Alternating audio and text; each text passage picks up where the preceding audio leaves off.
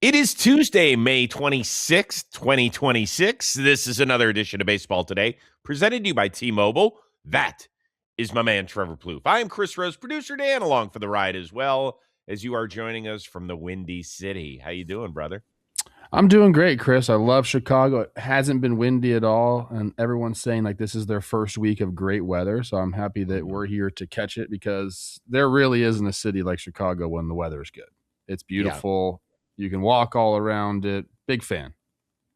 So I know you had a day game on Memorial Day. Did you have a chance to enjoy a Chicago dinner? I did. I actually went to my restaurant that I'm going to gatekeep from everybody because I want all my own. And I just sat at the bar by myself and had a dinner, which I think I'd recommend doing. If you've never done it, like go sit by yourself and have a dinner. It's actually really nice. Anybody come up and say, "Hey, are you Trevor Plouffe from Baseball Today and Talking Baseball"? You know what?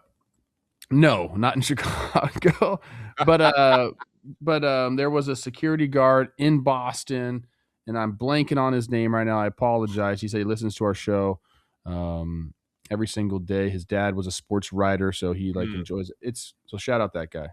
All right, shout out security guard in Boston. I will remember your name when I meet you. At least half of us will. Let's get to it. A lot to get to because we haven't been together since last Thursday. Tip of the cap. It's another tearjerker to get us started. Pitch. Swing and a shot hammered toward right. That's deep. That's gone. First big league home run. Unbelievable. 11 years in the making. That's right. 11 years for Brian Torres. We're talking about a guy who spent 5 years in rookie ball. Played 3 years of independent baseball, including for the Milwaukee Milkmen. Here he's hugging it out with his family afterward. Look at the embrace with mom, dude. It's so good. I mean, there's nothing better. We talk about all the time, like you grinding in the minor leagues, independent ball, finding your way back into affiliated ball, and then to number one, you get the call. That's amazing. You're playing in a big league game, but then to get your first homer, it's special, man. That's awesome. That really I feel that. Special shout out to one of our community members, Brendan, who said, "Hey, got your tip of the cap for you next week when you and Plouffe are back together." So it's always important. Keep sending us stuff. Doesn't mean you always have to be yelling at us if you disagree, which you're entitled to. It's fine, but maybe be a show contributor. Thank you, B. We appreciate it. Good work. All right, let's get to it. We went all of 2025 without one, but 2026, it has returned. Call bird strike. The Astros 17th no-hitter. It's a challenge by Brandon Nimmo. For now, it's the 7th no-hitter in the last 8 years, and it is confirmed. The Astros with a no-hitter. Alan Bersanta, in his major league debut, gets the last 6 outs with 2 perfect innings, and the celebration begins. Didn't we talk about this last week that a combined no-hitter, we're like, did you get any of the feels last night when this happened? Well, I'm happy for Houston because they've been down bad, so I feel like they need a little lift up like that. Guy doing it in his debut, I think there's a little bit of, there's something there. But overall, yeah, Chris, I think it's not a no-hitter. It's just like it's a well-pitched game to me. Like I don't have those in the same class as a singular pitcher throwing a no-hitter. I don't. I think they're two separate things. So I'm happy, and I watched Tetsuya Mai throw against the Twins, and he like the stuff is there. Like he's got the stuff. It's about like whether he can locate and kind of, how consistent he can be with it. But happy for him as well. I think they're two different things. Well, Okert, who was the meat part of the Houston no-hitter sandwich last night, throwing a scoreless 7th, he said it's actually harder than just one guy throwing a no-hitter because he said all 3 guys have to be on, which, I mean, to some degree, I certainly understand. But there is no difference. I mean, there is a huge difference. I'm sorry. There just is. It's more dramatic. I mean, I was flipping around last night watching some other games. I said, 9-0. I mean, this thing's over. And then I noticed, hey, they haven't given up any hits. So I decided to watch. And yes, Santa coming in. That was the best part. The fact that look at how happy he was, and just being great in his major league debut is one thing, and to make a little history, this is actually incredible. There's been only one other pitcher who has been part of a no-hitter in the history of the sport during his major league debut. Bumpus Jones for the Reds in 1892. One of only 8 major league games that he pitched in. Bumpus. I think I saw this on X, actually, that someone was showing his baseball reference page where that was like the first game that he started. After that, not a great career for old Bumpus. No. Sparkling debut. Old Bumpus got... Yeah. Yeah. Old Bumpus got Bumpus to the side of the road very quickly in the major leagues. He was not around at the turn of the 20th century. I mean, he was around. Well, he was living. He just wasn't pitching in major leagues. Here's what I'll say about the difficulty of one guy doing it or 3 guys doing it. I understand, like, yeah, 3 guys have to be on or 4 guys, whatever it is. But to me, it's like we're trying to avoid the 3rd time through the order. And with a no-hitter, you're at least going to have to go 3 times through the order. You know, most likely you're going to see these guys 4 times. And that's, to me, where, okay, if you can go the entire game, see a hitter 4 times, and be able to complete it with no hits, it's just so much more impressive. Yeah, 2 other things. You mentioned that Imai had been a struggle since he came over, spent a lot of time on the injured list. You know, he's got the stuff. He still walked 4 guys. I think he only struck out 2 in his 6 shutout innings. But that's good for him and good for Houston's pitching, which has improved significantly in the month of May over what they were at the end of March and the beginning of April. So we'll see if that can carry them. Last thing I want to say about this. Did you have any problem with Brandon Nimmo challenging that pitch down 9-0? It kind of took a little bit of the steam out of this, or did it add to it? Well, I mean, no, this is what guys do. They're not going to leave without a challenge, you know, or keeping a challenge in the pocket. I've actually seen it quite a bit on the trip that I'm on.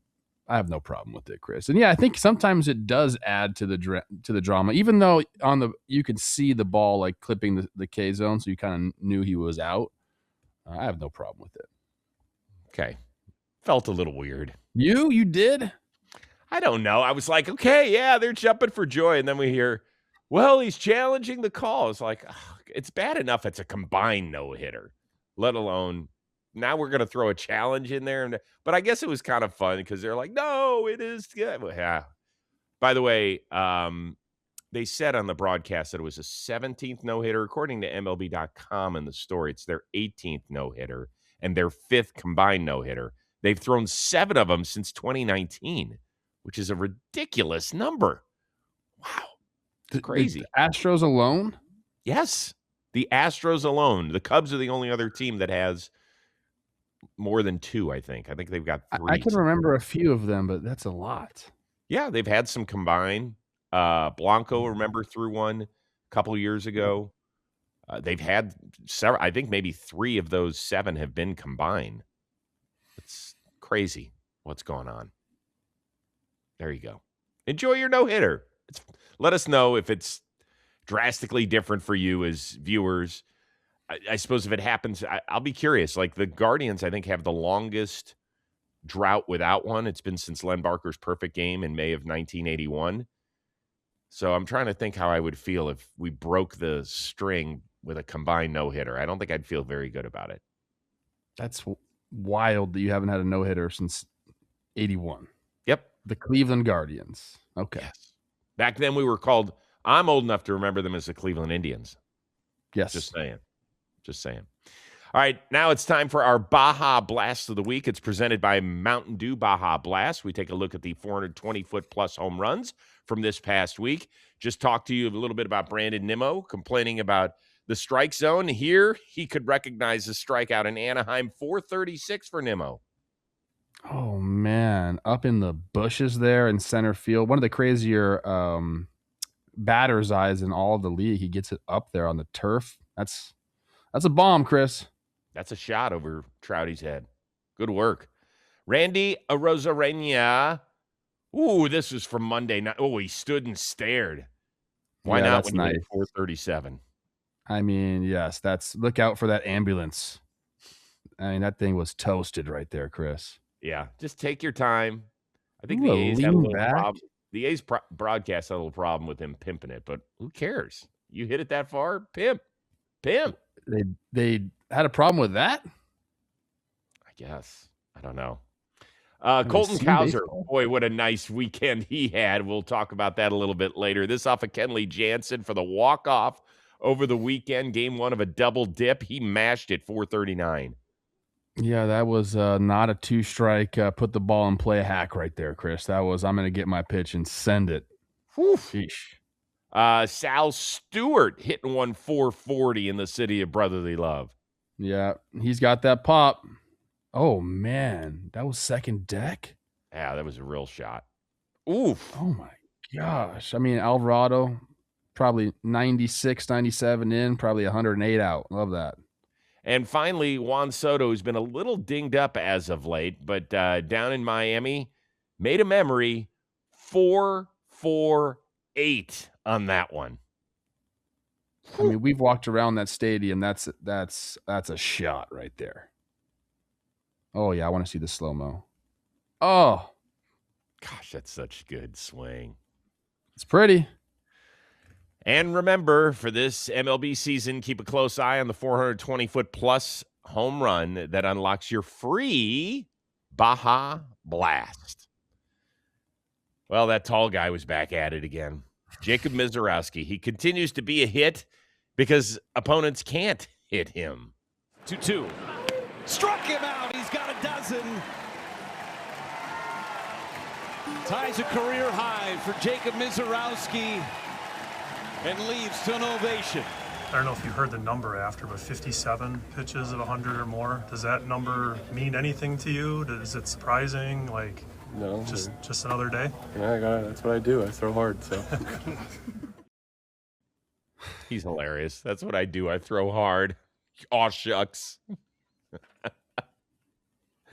Oh, God. The number 57 pitches, is that what they said? At more than 100? I mean, come on, dude.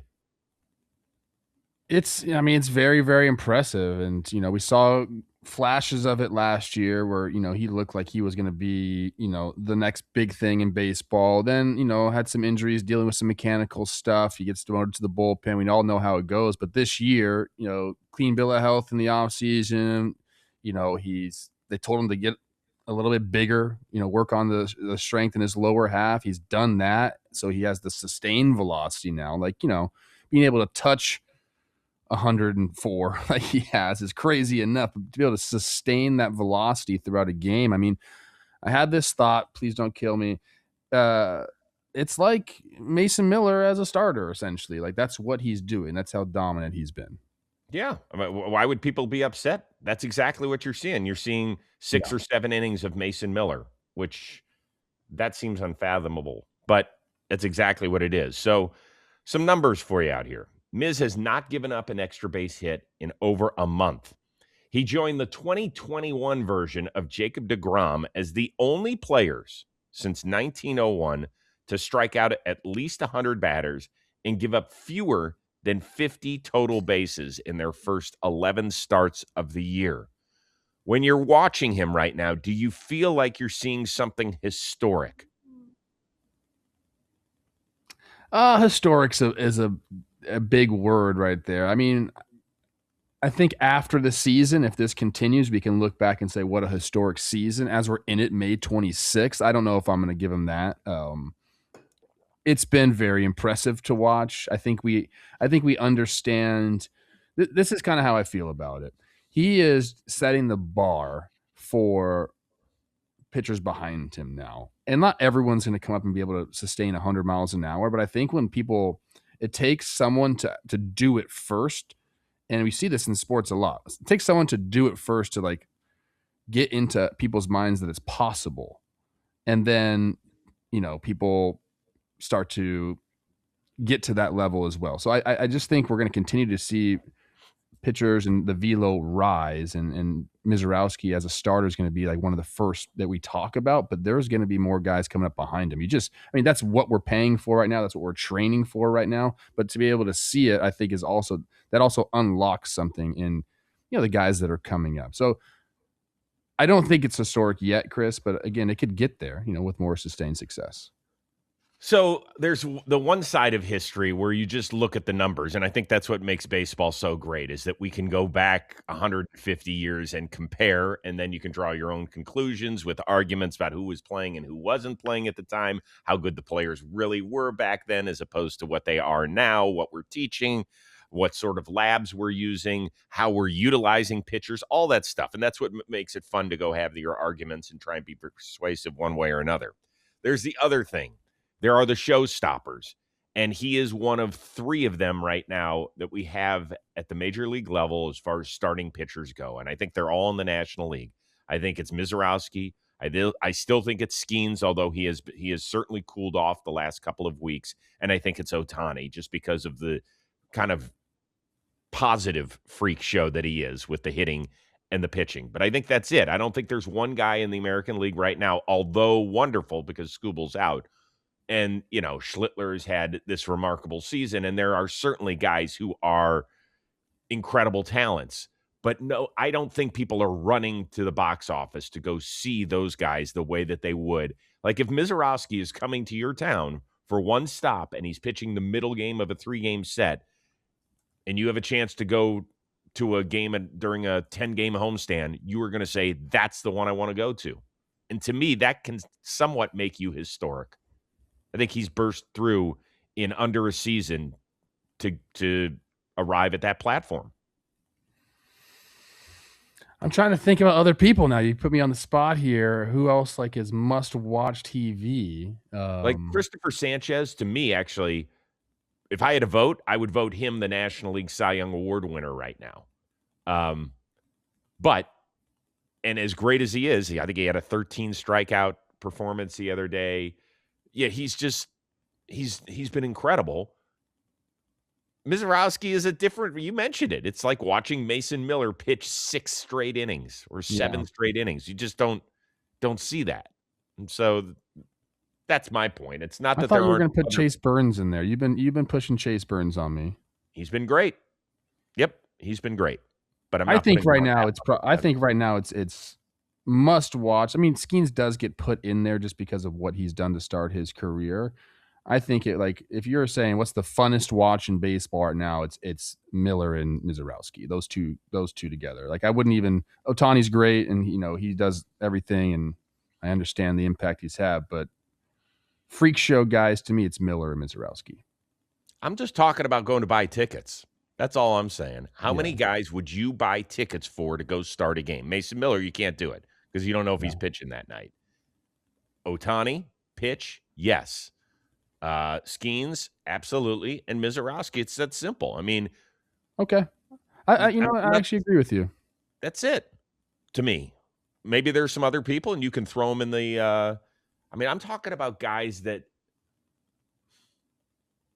when I was growing up in the 80s, it was Clemens. I think people, Yankees fans would say Garrett Cole still, and that's them personally. I think he's still a draw. Hey, hey son, we're gonna take you. We're gonna watch Garrett Cole throw. I would say that yes, that is a New York thing. I don't think that's a national thing. I think as great a career as Garrett Cole has had, there's something about a guy who's 6'8" or whatever Misiorowski is, and Skeens is this enormous creature too. He's 6'6", 250. I think that's part of the deal, is that they're physically imposing. They're built different, and they freaking throw a bazillion. And I'm not saying these other pitchers aren't good. I'm saying there's a difference between, I've got to get my ticket to go see that guy, and he's awesome. When he's on TV, I'll watch him for an inning here or there. That's where I am with him. And people still are in my mentions. Is he an ace yet? He's crawling there. He's getting there. He sure is getting there. It was interesting. He said in this postgame afterward that they went up to him before the 7th and said, this is it. So go empty the tank. That's it. Do you like it when teams do that to pitchers? Yeah. I like clarity for pitchers. I think that's really good to establish what your expectations are. And I like communication. We've heard Misiorowski talk about that before. So that's good to me. Okay, good to know. Good to know. All right, Bear Mattress is sponsoring today's episode of Baseball Today, and this is one I can literally say I'm genuinely excited about. Now, when you cover sports for a living, you're constantly on the road. Where's Plouffe? He's joining us from a hotel, so you're staying in different cities. You got long broadcast days. You got late nights. You got extra innings. You got crappy weather. So when you do finally arrive home to your castle, recovery matters more than most people realize, and that's what Bear is built for. It has infrared technology, cooling foams, targeted support. Just switch to Bear. No joke. We just got the mattress. We brought it upstairs, and I actually wake up feeling genuinely ready rather than just technically rested, if you will. There's no fiberglass, no harmful chemicals, Green Guard Gold certified, 120-night sleep trial, and designed and assembled in their Arizona factory. So far, I'm telling you, it's just been a few days. I love my Bear mattress. I think you will as well. So head on over to bearmattress.com/JMBaseball. Use that code JMBaseball. You're going to get 40% off, higher than what's offered on site. So check them out while you can. After checkout, support the show. Tell them Baseball Today sent you in their post-purchase survey. I feel like a bear because I sleep on a bear, and that's a good thing. Top two teams in the American League West, they kicked off a series, and one team kicked some butt. Raley up into the wind. This is sailing back, and Raley leaves the yard. A home run to right field. The Mariners open it up in the third inning. 4-0 Mariners. Yeah, okay, Mariners, I got you. His 11th of the year, 9-2 final out there in Sacramento as the Mariners close to within 1.5 of the A's in the West. The win was nice, but once again, it felt like it was the side note of a story to the piggyback issue that they got going. This time it was Luis Castillo that started, went the first 4, shutout ball, 6 Ks, only 68 pitches. Dan Wilson comes over to tell him, Bryce Miller's up. He's been loosening in the pen. He's got to come in now. Castillo doesn't seem pleased. Here's Miller after the game. Listen to this. You've done the starter first, now the second guy the second time. So is it getting more, I guess, comfortable now that you've done both situations? This setup's not very comfortable. But like I said, I mean, at the end of the day, I get to come out and pitch in the big leagues. Wow. That is about as honest as you'll get right there. Are the Mariners screwing this up? Well, I mean, it's kind of like, what are they supposed to do? You know what I mean? Like, you want to keep your starting pitching depth. Emerson Hancock came up with when Bryce Miller was out. He's been phenomenal, so he's not coming out of the rotation. The rest of the guys obviously are stalwarts there. So, with Castillo struggling, the logical thing would be, put him in the bullpen, but you want to keep him stretched out. Plus, he's been Luis Castillo for a long time. It's really hard to do that to a veteran of his ilk. So, I keep thinking, why not just go to like a true 6-man rotation instead of this piggyback stuff? But that's also relying on like Luis Castillo being Luis Castillo again. We can't have him putting up what the numbers he was putting up early on in the season. So I think that still is the option. And I know that's the only problem with that is now you're getting Luis Castillo and Bryce Miller to be uncomfortable. But a 6-man rotation really would most likely get all 6 of them uncomfortable because that's just not what these guys have done in their careers. So there's that aspect to it. They got to figure out something. And to me, this is just like communication. Let's all like get in on this plan. It is hard to have. I think what they're talking about is, like they want to be starters. So like someone has to be the starter in this and someone has to be the bulk guy. But then, is there a set pitch limit that you're at? Do you just touch and feel with, okay, how's the game going? And you're getting up and down in the bullpen if you're the other guy. Like I think that's where the frustration lies, is they just don't know how long they're going to pitch. Luis Castillo wanted to continue to go out there, but you can't up and down Bryce Miller so much. So it's like they are in a weird spot. The most logical thing to do would go 6-man rotation, true 6-man rotation, having these guys all start their games. But it seems like they don't want to do that, and I'm actually not sure why. Like that would take innings off of everybody if they did that, and would keep them fresh for the postseason if they're there. I think that's the answer. But again, like then you're making everybody else uncomfortable as well. But you kind of just have to do what's best for the team. So short answer here after a long one, communication is the key. You got to communicate. You got to have an actual plan for this. And then you won't have guys going on the post game and talking like that. Well, they talked to Castillo as well, and through an interpreter, he said, listen, I understand what Dan Wilson was telling me. That doesn't mean that he was happy about it. I think he was being a good soldier. And for anybody that has spent any time around teams in which Luis Castillo has been a part of, he's been like a grade A teammate. Now, was he pissed last night? Yeah, there was video. Here it is. Slamming his jacket down. Do you know why that is? I guarantee I know why it is. Because he was pulled after 4 innings and he was pitching great, which is something he has not done very much this year. He has not pitched up to his standards nor the team's standards. And he felt like he was in a groove. And when a starting pitcher's in a groove, when the hell do you ever get taken out after 4 innings of a regular season game in 68 pitches? It doesn't happen. He's used to throwing 100 pitches a game. That could have gotten him through the 6th or the 7th inning.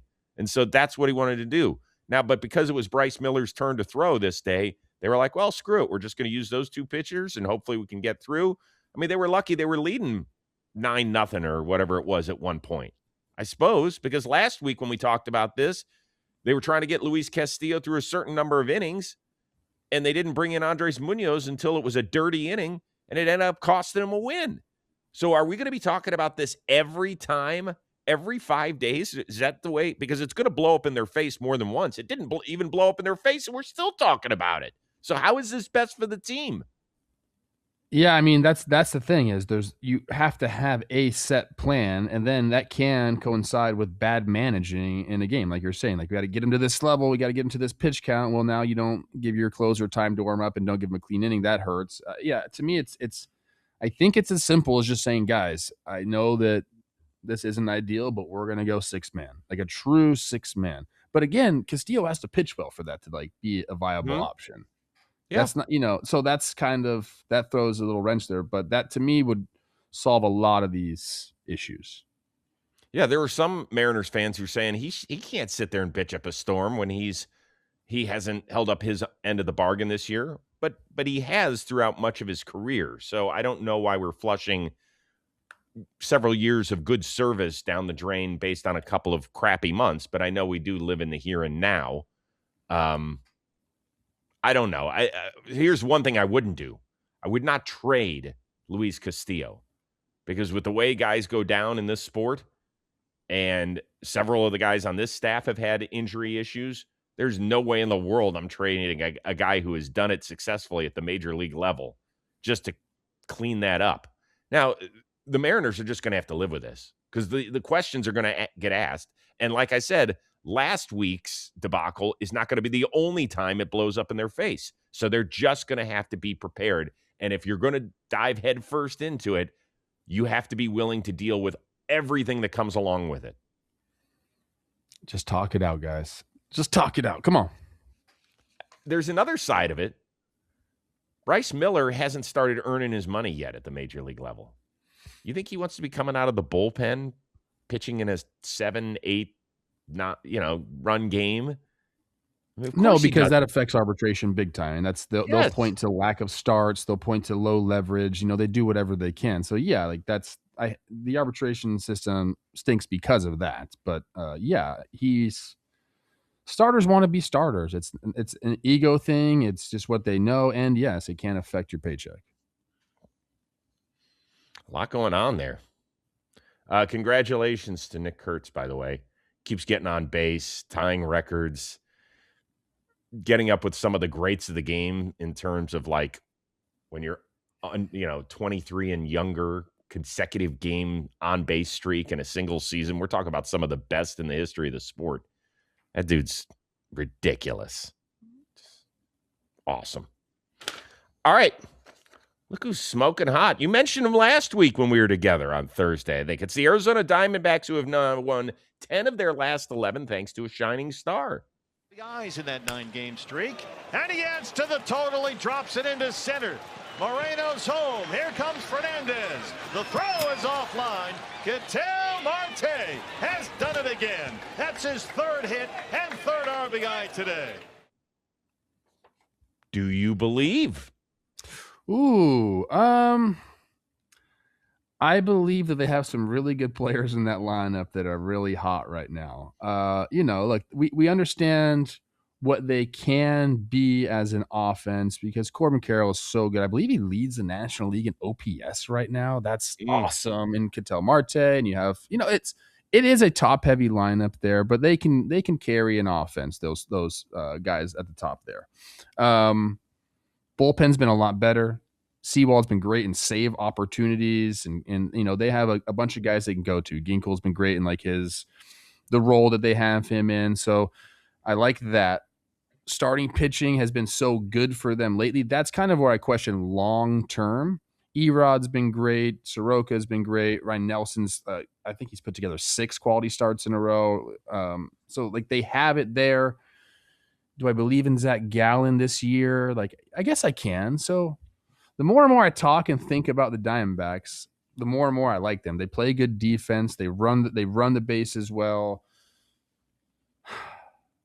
I don't know. I want to believe in them, Chris. I want to believe in them, but something tells me not to long term. And I don't care about beating the Giants and the Rockies.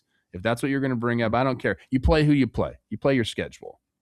Do I want to revisit this question after their upcoming schedule? Yes, I do. So I think, do I believe in them? My final answer is 70%. Well, the good news is that they did find the real Ketel Marte. Ever since he hit that walk-off shot against the Giants, he has gone nuts. 17 for 25, 3 homers, 13 ribs, 5 doubles, 3 walks. His slash line is 680, 714, 1.24, and an OPS of almost a 2-dotter since that happened. So they unlocked him. Merrill Kelly was great again yesterday. His last 4 starts, they've won them all, ERA under 2.2. Look, they field 500-ish to me. Okay, they do. They've got 2 of the best hitters in the National League when the guys are going right in Marte and Corbin Carroll. Do they have enough around them? Perdomo has not been good, and he's one of my favorite players in the entire sport. He hasn't been very good. Nolan Arenado has actually turned it on. I think he had a slow first couple weeks, and then he's been off to a nice blistering pace. I think they're decent. They don't feel like a wild card team to me. Oh, man. Obviously that's what they'll be playing for. I don't know. If Waldschmidt is who, he's shown in his, first however many games this is, 17 games, that lengthens the lineup. That, when you go around the league, starting pitching is what means the most to me. Okay. And right now they're finding it. And I kind of question that the most on this team, but they've done a good job of that. And then it's to me, what's your 6, 7, 8, 9 doing? Because that's kind of where games get lost and won to me. Can those guys at times carry an offense? Can they get on base when the lineup turns over? The more I look at this, I'm like, okay, I could see it. I can see it because you're right. There are some guys that haven't got it going, but there's been a lot of success stories in this lineup too. I mean, Ildemaro Vargas is slowed down a little bit. Jose Fernandez slowed down, but I think those guys are decent bottom of the order options. So to me, I'm starting to believe a little bit more. So I suppose the question is this: if we know that the Braves are great. We feel like the Phillies are starting to turn a corner. I don't know if there's any other team in that division that you can rely on, although the Nationals are outscoring everybody. And they're over 500, aren't they? Yeah, they are. But that win last night, they're over 500. Do we think the Mets can get back into this? I don't, personally, and I think the Marlins are just whatever. So now you get to the National League Central, and how many of those teams do you believe in? We both believe in the Brewers. The Cubs have lost 9 in a row, so is that just kind of a blip on the radar, or is the infrastructure cracking? The Cardinals have been great this year. The Reds haven't even had their best pitcher throw a pitch yet, and they're still kind of hanging around. And then the Pirates are interesting. Then you get to the West, and we know that the Dodgers are great. And somehow the Padres, even though they don't hit the ball worth a damn, are still right there. So it just feels like there's too many teams for not enough spots. And I don't know if the Diamondbacks are necessarily significantly better than, say, the Reds. Yeah, I'm trying to think what tier I would put them on right now. You would have them anywhere from 7 to 10. So they're right there. Yeah, I just don't think they're going to make it as a wild card. That's all I said. Okay. That's what I said. All right. I mean, I'm with you on that tier. It's going to be fighting for the last one. And I'm trying to think like, okay, where would I slot them in as far as like rankings in the NL Central? That's where mine just went. Mm-hmm. Milwaukee, no, they're not on the same level as Milwaukee. They're just they do things differently. Cubs it's a tough time to evaluate the Cubs, isn't it? No, I think we both believe in them, but man, it hasn't looked pretty. Has not looked pretty in this month at all. I would put them with Cincinnati, Pittsburgh, and St. Louis. I'd put them in that category. So yeah, they have to me they have a chance. Yes, they have a chance. I don't think at the end of the day that's where they'll be, but I could be convinced somewhere else. Okay. Also, by the way, shout out to Mike Soroka, who when he signed there, I was like, really? That's like their back end guy? He's been great this year. He's really done a nice job. So good signing by Mr. Hazen. Nice work. Happy for him because he's had such an injury struggle throughout his career. But that's good. Arizona fans out there, Dalton Feely, if you know what I'm talking about, leave a comment in there. Maybe let me know what I'm missing about not counting your team as a wild card. Wild card contention, yes. Wild card, no at this point. That's the way I go. Today's episode of Baseball Today, it's sponsored by Amazon. When life throws you a curveball, Amazon's everyday low prices on essentials helps you save the everyday. Amazon has everything you need whenever you need it, from planned purchases to unexpected moments. They got everything in one place. It saves you time and money so you can focus on what matters most. And for me, what matters most is having as much time as possible to prepare for shows like this and dugout discussions, and for Plouffe, talking baseball because we love covering the sport. For you, it's consuming as much baseball because you love your teams, you love your favorite players, you love your fantasy squad. Whatever it is, you don't want to be zooming around town for this, that, the other thing. Take care of Amazon. They'll take care of you and send it right to your door. We're talking about from tech to clothing to daily needs, anything else you need. Amazon, it's one-stop shopping. It's one convenient place. They can deliver to you anytime, anywhere, even when you're on the road. So whether it's routine shopping or handling life's curveball, shop Amazon and save on the essentials. Save the everyday. All right, a bunch of quick hitters from over the weekend. The Nats with 6 homers and clobbering Cleveland and Tanner Bybee on Monday. 2 of them by Curtis Mead, who, if you don't know his history, he's Australian. And guess what? He hits one to left in the first inning, and there's a guy there to watch Travis Bazzana, Australia's other favorite son, making a great left-handed leaping catch. How impressive is that? I mean, that's a great catch. And I the fact that he's Australian in Cleveland to watch Bazzana and Mead hits him on that's good stuff right there. That's simulation type stuff. No truth to the rumor that he is Matthew Dellavedova's cousin. Delly, of course, a part of the Cleveland team that won the title for the Cavs a decade ago, which is something that will not be happening this year. We will not get into further detail on that. By the way, the Nats were just teeing off on Bybee. They can do that, Chris. Yeah, early evening batting practice. They were all over the place. Speaking of teeing off, what a weekend for Colton Cowser, huh? He's dancing off the bag. Fly ball, Colton Cowser. Deep right center. Mullins back at the wall. He did it again. Back-to-back days. Walk-off home runs for Cowser. I think the most amazing part of this is that he had walk-off homers in consecutive days without it being in consecutive games. Oh, because of the doubleheader. Mm-hmm. I guess that's impressive. I don't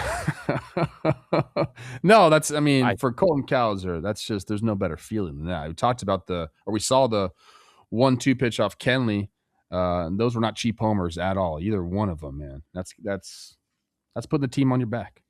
Yeah, I should have rolled in the Tigers call against Kenley, because Dan Dickerson, who was doing the TV for Benetti, goes, all right, let's get a pop up or whatever it is. Boom, he smashes it. Yeah, what? You got it was good. It was very well done by them, even though it was obviously not a great time. Maybe this is a time where it turns the corner for the Baltimore Orioles. Maybe. All right. Hey, there's 6 games under right now. Let's go. Let's get back to 500 and we'll start talking. Hey, in the American League, that puts you in prime wild card position. Absolutely. Yeah. Yeah. You were on the South Side for the Major League debut of Riku Nishida. He was awesome. Got a knock in his Major League debut wearing number 51. Also threw out a runner at home. What an arm on this dude. This was a laser to kill a Twins rally. Zing! Yeah, God, had him by almost 15 feet. That was pretty good. He's not even an outfielder, Chris. What's that? He's not even really an outfielder. Like that was. Yeah, look at how excited he is. Here he is afterward. When you made that throw, yeah, it was an Ichiro type throw. No, don't compare Ichiro. No. Still heavy, my like 51. I want to change my number right now. Did any of that cross your mind making a great throw or something? No. Dude, please go find the full 5.5-minute post-game interview. You are going to be entertained. Could you feel the energy up in the booth? Yeah, I mean, they were rallying around him. It was a big crowd yesterday. Obviously, they're playing better Memorial Day. There was 30-something thousand people there, and he was getting the biggest pop out of anybody. So he made a bunch of good catches out there, some difficult snags. He's so fast. And that's kind of his game. And again, like not a right fielder by trade. So to make that throw, it was an aggressive send by the Twins. Like, he had the ball fairly early, but he did. I mean, you still got to make the throw. And I think that was the thought process behind third base coach sending him there. Is like, hey, it's his big league debut, not an outfielder. He freaking chucked that thing. He's like 5'7", isn't he? He's tiny. I love that he was like, I don't even want this 51. So they just gave him that number. I know, right? Oh, God. Yeah. I love how he said it. The way he described it, it's heavy. Wearing 51, that's heavy. It was great. So part of the reason his English is so outstanding, he came over here. He went JUCO in the state of Oregon. Then he played for the Ducks as well. And if you just fished any of the social media clips of him, whether it's pouring the beer all over himself or finding out the day that he gets called up to the show, like he looks like he is beloved by teammates and is just an amazing spark of energy. So we'll see whether or not that can continue on for what has been so far a magical season on the South Side. Oh, boy. Speaking of magic, is Merlin Valdez. Congratulations. Welcome to the Major League Baseball Home Run Club. First one ever down the right field line in Toronto. Now you got to work on getting the ball back. Not always the easiest thing. Here is his teammate, Justin Lawrence, explaining how negotiations went. First, it was just trying to find it. And then once we found it, the kid came running up. And in my head, I was kind of like, oh, thank goodness it's a kid. This should be very easy. I'll trade him 3 balls for 1. And right away, he just goes, I think I'm going to keep it. And I was like, oh, okay. We're going to have to work for this one a little bit. And I was like, you don't want 3 Major League Baseballs. You want that one. He's like, yeah, I think I'm going to keep it. I was like, why? And he didn't have an answer. Like, he just kept saying, I think I'm going to keep it. Do we give the kid credit for being a hardline negotiator? Is that like the grandson of Scott Boras?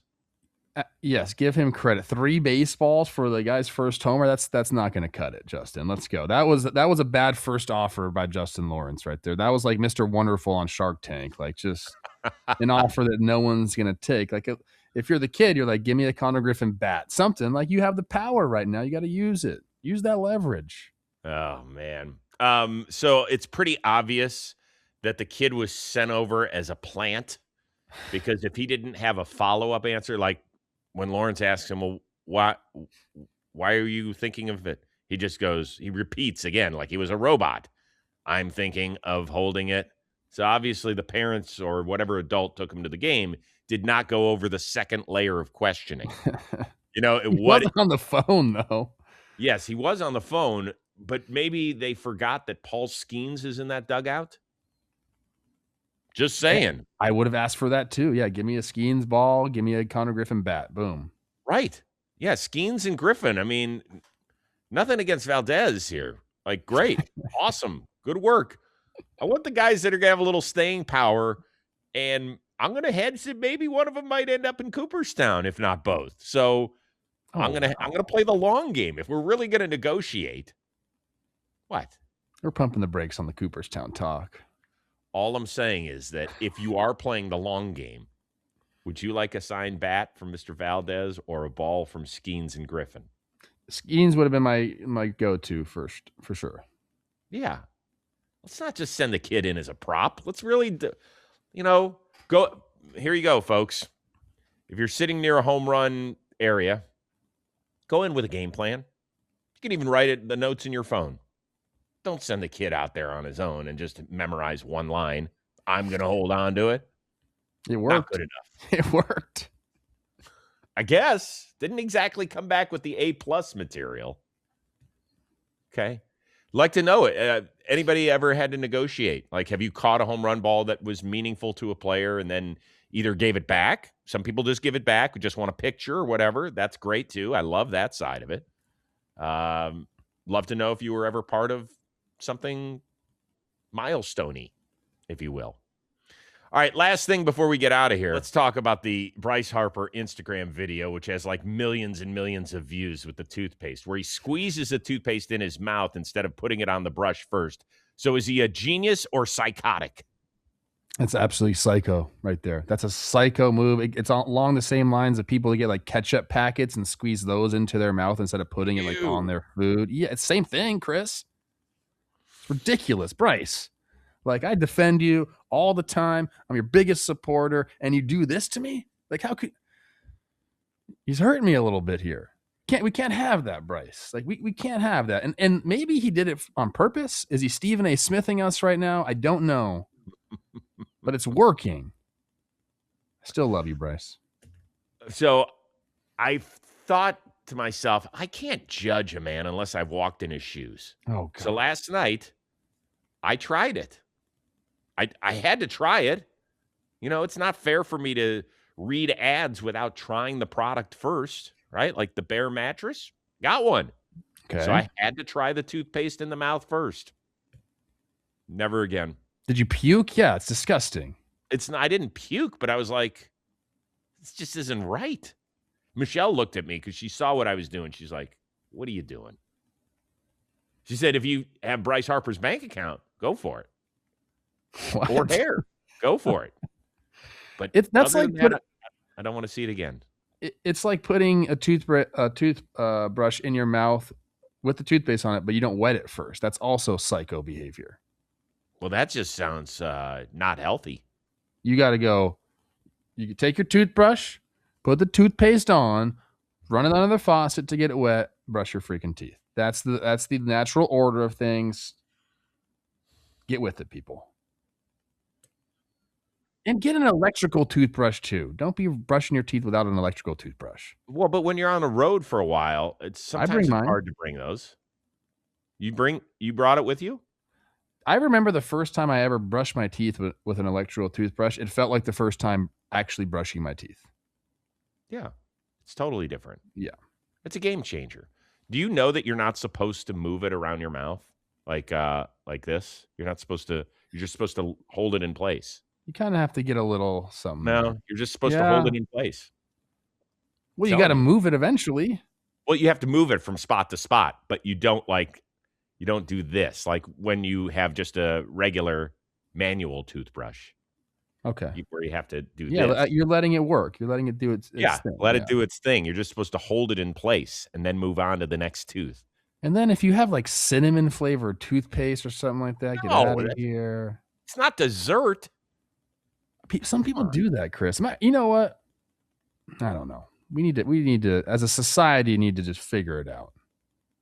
So what do we need? One set of oral hygiene rules? And make sure you're flossing, people. Oh, who doesn't Gotta floss? floss.